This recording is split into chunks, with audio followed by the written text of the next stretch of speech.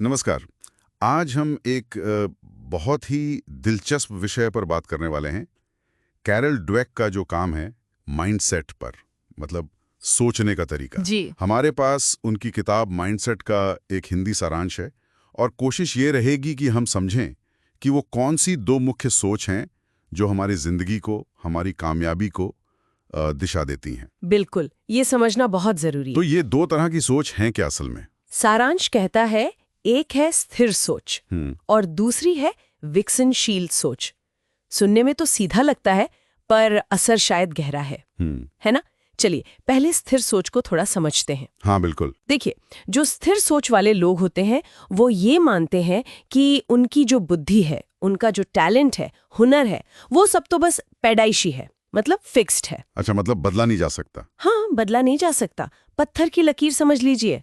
और इसी वजह से ना, जब कोई चुनौती आती है सामने, तो वो अक्सर घबरा जाते हैं। घबरा जाते हैं, क्यों? उन्हें डर लगता है कि कहीं उनकी जो कमी है वो पता न चल जाए, कहीं ये साबित ना हो जाए कि वो उतने काबिल नहीं है जितना वो दिखाना चाहते हैं। हाँ, और सारांश में ये भी था कि शायद इसीलिए वो कोशिश करने से भी बचते हैं। बिल्कुल। मतलब अगर कुछ आसानी से हो गया तो ठीक है, वरना शायद ही उनके बस का ही नहीं। ऐसा हाँ, बिल्कुल सही। बिल्कुल। यही होता है, अगर ज्यादा मेहनत करनी पड़े तो उन्हें लगता है कि शायद उनमें वो बात ही नहीं है। हाँ। और आलोचना तो जैसे उन्हें पर्सनली लगती है। हाँ, जैसे कोई हमला कर रहा हो उन पे। एकदम। हाँ। क्योंकि उन्हें लगता है कि ये आलोचना उनकी जो स्थायी काबिलियत है ना, उसी पर सवाल उठा रही है।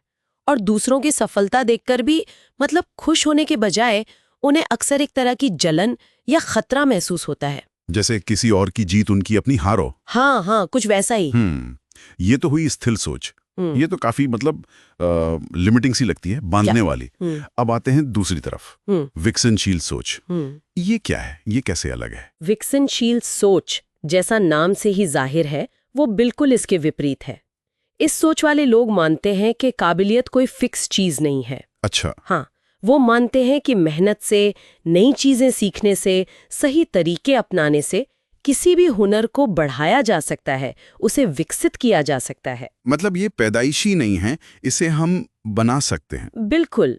और इसीलिए जब उनके सामने कोई चुनौती आती है तो वो उसे खतरे की तरह नहीं देखते, वो उसे एक मौके की तरह देखते हैं। मौका किस चीज का? सीखने का, आगे बढ़ने का, खुद को बेहतर बनाने का मौका। उनके लिए मुश्किलें पहेली जैसी होती हैं जिन्हें सुलझाने में मजा आता है, डर नहीं लगता। अच्छा, और आलोचना, उसका क्या? आलोचना तो उनके लिए एक तरह का गिफ्ट है, एक फीडबैक है। उन्हें पता चलता है कि अच्छा, यहाँ पर सुधार की गुंजाइश है, वो सीखते हैं उससे। और दूसरों की सफलता, उससे जलन नहीं होती? नहीं, जलन नहीं, प्रेरणा मिलती है। वो सोचते हैं, अरे वाह, इसने ये कैसे किया, मैं भी सीख सकती हूँ, इसकी क्या स्ट्रैटेजी थी। वो सीखने पर जोर देते हैं, ना कि सिर्फ होने पर। ये तो सोचने के बिल्कुल ही अलग अलग तरीके हो गए। तो फिर इनका असर कहाँ कहाँ दिखता है हमारी जिंदगी में? कुछ उदाहरण है इसके? अरे, इसका असर तो लगभग हर जगह है। आप शिक्षा में ही सोचिए, एक बच्चा है जिसकी स्थिर सोच है, उसे गणित मुश्किल लगती है, वो क्या सोचेगा? शायद यही कि मैं गणित में अच्छा नहीं हूँ, मेरे बस का नहीं है। बिल्कुल, और शायद कोशिश करना ही छोड़ दे। वहीं दूसरी तरफ विकसनशील सोच वाला बच्चा क्या सोचेगा? वो सोचेगा कि मुझे ये अभी समझ नहीं आ रहा, शायद कोई और तरीका आजमाना चाहिए या किसी से मदद लेनी चाहिए। एकदम सही। सारांश में स्कूलों पर किए गए अध्ययन का जिक्र भी था। जिन क्लासरूम में इस विकसनशील सोच को बढ़ावा दिया गया ना, वहां बच्चों ने मुश्किल सब्जेक्ट्स में भी ज्यादा अच्छा परफॉर्म किया। ये तो कमाल है। और पढ़ाई के अलावा, जैसे नौकरी पेशे में, बिजनेस में? सारांश में कुछ सीईओज के उदाहरण थे जिनकी कंपनियां मुश्किल दौर में भी, मतलब बाजार के उतार चढ़ाव में भी, ज्यादा सफल रहीं।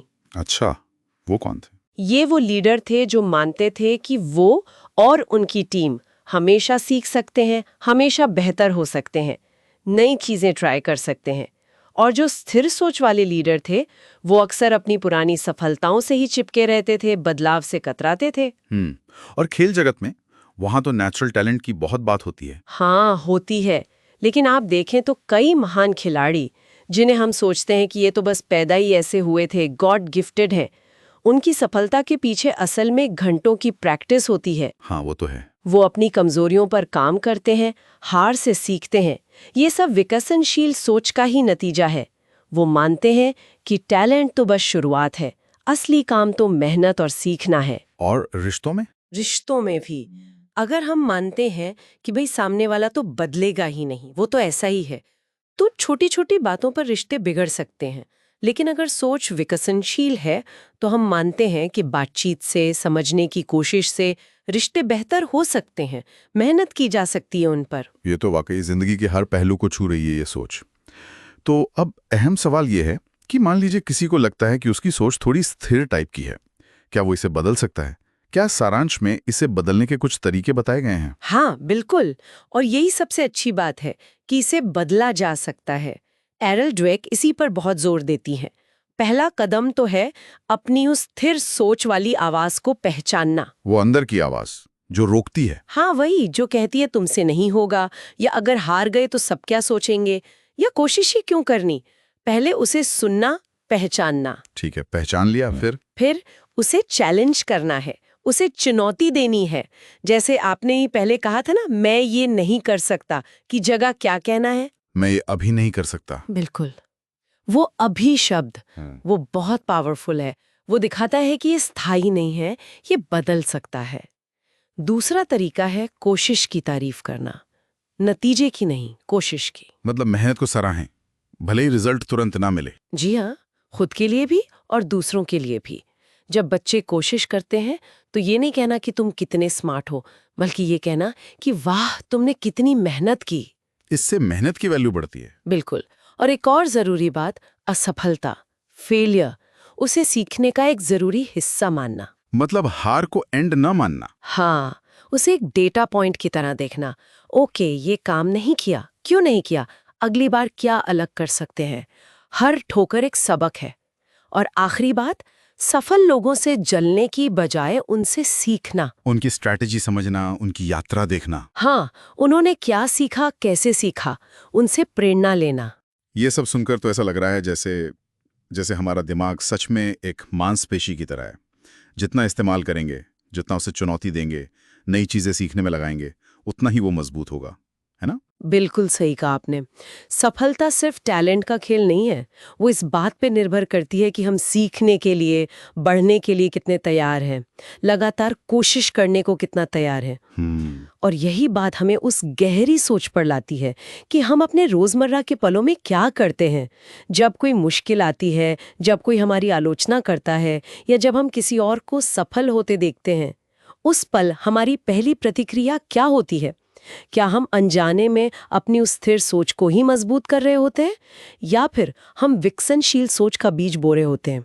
ये चुनाव, ये हर रोज, हर पल हमारे सामने होता है। सोचने वाली बात है ना?